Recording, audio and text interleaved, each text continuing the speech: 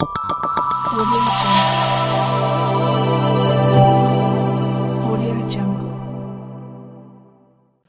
பேச்சு கலையை தேர்ந்தெடுத்ததுக்காக நான் நன்றி சொல்லணும். காரணம், இங்க நிறைய பேர் பேசியே தான் ஆட்சியை பிடிச்சாங்க. இப்பயும் பேசி ஆட்சியை பிடிச்சிடலான்னு நம்புறாங்க. உண்மைதான்.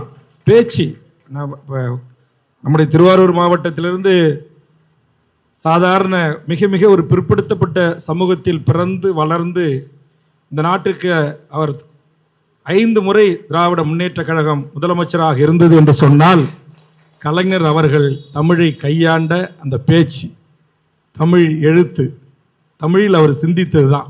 வேற என்ன மூலதனம் இருக்கு நீங்க சொல்லுங்க? எத்தனை 1000 ஏக்கர் கருப்பையா மூப்பினர் மாரி 1000 காணிக்கு சொந்தக்காரரா? பூண்டி வாண்டியார் மாரி பல 100 ஏக்கருக்கு சொந்தக்காரரா?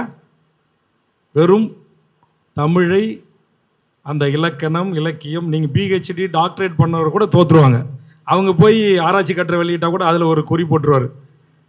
தமிழ் அந்த அளவுக்கு அதை ஏற்ற இறக்கத்துடன் தன்னை தலைவராக ஏற்றுக்கொண்ட தொண்டர்களை ஈர்க்கக்கூடிய ஒரு சக்தியாக, ஒரு பேச்சு வல்லமை பெற்றவர்களாக இருந்த காரணத்தினால்தான் திராவிட முன்னேற்ற கழகம். அவர் இருந்தோடு மட்டுமல்ல, பேராசிரியருடைய பேச்செல்லாம் நம்ம அறிவார்ந்து கேட்கும்போது அவ்வளவு கருத்தாழம் இருக்கும். நாவலர் நெடுஞ்செழியனார், நாஞ்சிலார், இப்படி எண்ணற்ற திராவிட முன்னேற்ற கழகம் என்கிற மாபெரும் இயக்கம் இந்த மண்ணில் இன்றைக்கு திமுக அதிமுகவாக இன்றைக்கு சுதந்திர இந்தியாவின் இத்தனை ஆண்டு காலம் காங்கிரசுக்கு பிறகு இந்த மண்ணில் ஆட்சி அதிகாரத்தை கைப்பற்றினார்கள் என்று சொன்னால், திராவிட ஆட்சியின் மீது நமக்கு விமர்சனம் இருக்கலாம், மாறுபட்ட கருத்துக்கள் இருக்கலாம். ஆனால் அவர்களுடைய மூலதனம், அவர்களுடைய முதலீடு என்பது என் தாய்மொழி தமிழை மிகச்சிறப்பாக அவர்கள் பேசினோடு மட்டுமல்லாமல் இந்த மண்ணில் பிழைக்க வந்தவர்களையும் அப்படி பேசினால்தான் பிழைக்க முடியும் என்று உருவாக்கியது திராவிட இயக்கங்கள். அதை நம்ம கவனிக்கணும். ஆனா நம்ம அதை செய்ய மறந்துட்டோம். உண்மையான தமிழ் தேசியர்கள், தமிழ் தேசிய போராளிகள், அந்த குடும்பங்கள், அந்த இயக்கங்கள், ஆனால் அவர்கள் செய்தார்கள். அதனால்தான் இன்றைக்கு அவர்கள் அரசியலிலே வாழ்கிறார்கள்.